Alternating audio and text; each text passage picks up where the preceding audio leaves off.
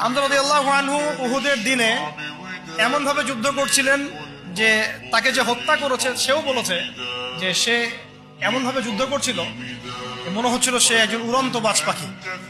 সামন থেকে আমি তাকে আঘাত করার কোনো সুযোগ পাই নাই, পিছন থেকে পাথরের পিছন থেকে তাকে আমি দূর থেকে একটা বর্ষা নিক্ষেপ করেছিলাম।